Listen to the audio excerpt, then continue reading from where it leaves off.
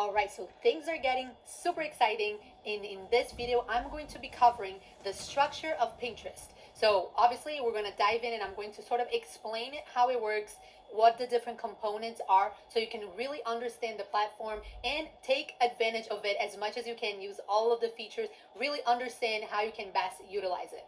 So we're going to start here on the home feed or smart feed.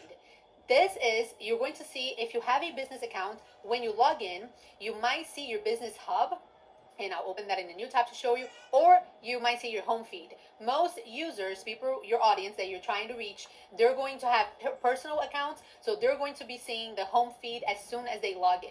Let me go ahead and click here on this is the business hub that you're going to see all of the analytics of your own profile, your top pins, how many followers, everything that we're going to get to later. We're going to analyze everything later. So for now, I'm only going to show you the main components of Pinterest. Starting again with the home feed. The home feed, you're going to see, obviously you have all of the endless search results, and it's going to be even though you haven't searched for anything, is always going to be populated with based on your recent searches. So anything that you've researched recently, Pinterest gets that data and then they suggest more things to you, as well as pins from people that you follow. So it's going to be a mix of Pinterest suggestions as well as pins from people you follow. And that is going to be right here on that first tab called For You tab. If you go to the Today tab, you are going to see pins that have been pinned today. And you can also scroll and see from different days of like this past week. And that is why I recommend that you're active on Pinterest. That gives you even more of an advantage and more probability for you to be seen by users. Is people who come here on the Today tab definitely increases your chances, especially if you're one of the most recent trends, because they organize it by trends. If you're on the For You page, that is a mix of new pins and pins from even like 5-10 years ago. As long as it's very popular and Pinterest sees that it's going to drive that traffic, they're going to show it to you if it relates to your interests. So For You tab and Today tab. Up here you're going to see the menu. So these are going to be, because you have a business account, you're going to see all of these different tools, how to create pins, the different kinds of pins, the analytics and the different features, ads, everything related to ads and your catalog that we're going to touch on later when we go through the different features that we're going to be utilizing. But you may not see everything, all of these different things, because it depends on the country that you're in. So a lot of times, for example, when trends first came out, it was only available for a few countries and you weren't able to see it. And maybe in certain countries you're still not able to see it. On the right side, we're going to have the notifications. So if people have reacted to your pins, anything like that, if people you follow have pinned new things, we have the messages, kind of like DMs. You can personally message other Pinterest users, as well as the engagement. So if anyone commented on anything that you posted, anything like that, you can come here, you can reply, you can mark as read. And finally, your profile, which we're going to get to soon. But let's go back to the home feed to show you the search results. So once you come here and click on the little search icon, you're going to get suggestions and you can search for anything that you want. So right now, for example, we are planning our trip to Bali, Indonesia. So let's say if I want to learn more about that, I would just start typing Bali. And again, Pinterest is going to start suggesting things to you. We're going to go back to the search box when we're talking about keyword research, because these suggestions are very important. But I want to see Bali travel. Go ahead and search. Okay, so once you search, let's start on the top, understanding. So here it is. You can see the results. This is going to be all the pins, but you can also filter those results. If you click here, you can just see your pins that you have posted that have to do with Bali travel. And how does Pinterest know that has to do with Bali travel?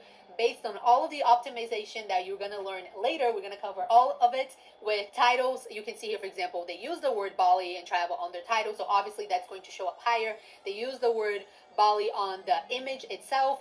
I'm sure on their description and the actual content, like the back-end keywords. So for example, this is Bali itinerary. If I actually follow the link, then I'm sure there's going to be Bali travel mentioned several times. We're going to come back to the pin very soon, just to show you back of the home feed. So at the very top, so you can filter. And then here at the very top, you're going to see more suggestions in the middle. So, okay, what do you want to know specifically about Bali travel? Do you want a guide? Do you want photography, tips, aesthetic, outfits, and so on? They will suggest it to you. These are also very important later on for our keyword research. You can also go to specific tabs. You can go to Shop tab and you can go to Profiles. So if you go to Profiles, you're going to see everyone that in their profile name, they're related to Bali. So, Bali travel. That's why I told you that when you're optimizing, when you're building your profile, you should put your name and what you're about. Like if you have to do with travel, with if you have to do with products or anything, because those are going to influence not only the suggestions here once people start typing, but also here on the people page. People can easily find you here. Let's say you create content about Bali all the time, then put Bali travel tips or whatever. Then people can find you here and follow you. If we go back to the search results, let's check out the shop tab. So maybe not for every single keyword this is going to be an option, but for a lot of them this is going to show up and people can click, and all of the results here are going to be buyable pins. So that's what I'm saying. When Pinterest has when I say that Pinterest has really been making an effort to push the e-commerce side, this is one of them. Like people can search for anything and just shop things related to it. So here you can see a Bali, Indonesia map or different types of artwork, a t-shirt, anything like that. And if you click on it, you are going to see specific things about that pin. Because it's a buyable pin, this information right here is going to look a little bit different from a standard pin. So very cool. You can see this whole shop tab, the whole shop results, and it's infinite. Just keep scrolling. That's why I also really like Pinterest, is because people can just keep scrolling and eventually they can find you even if you're not in the top results.